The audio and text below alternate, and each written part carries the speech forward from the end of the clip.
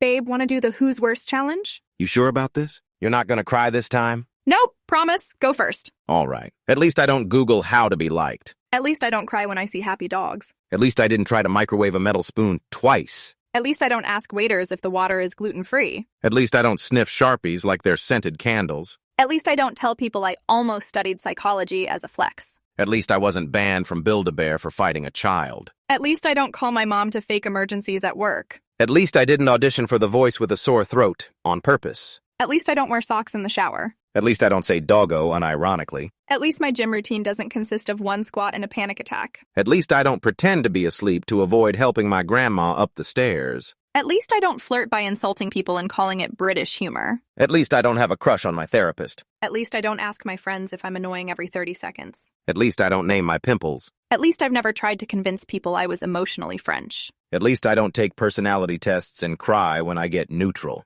At least I don't refer to myself as an empath while ghosting people. At least I didn't try to hex my ex using a YouTube tutorial. At least I don't think liking cold weather is a personality trait. At least I don't cry when I see old people holding hands. At least I don't call Alexa mom. At least I don't use my trauma as a conversation starter. At least I don't have a folder of memes for when I'm sad, and one for when I'm very sad. At least I don't flirt like a confused Victorian ghost. At least I don't write maybe in my calendar like I have plans. At least I didn't get kicked out of therapy by the therapist. At least I'm not you. Wow. Your turn.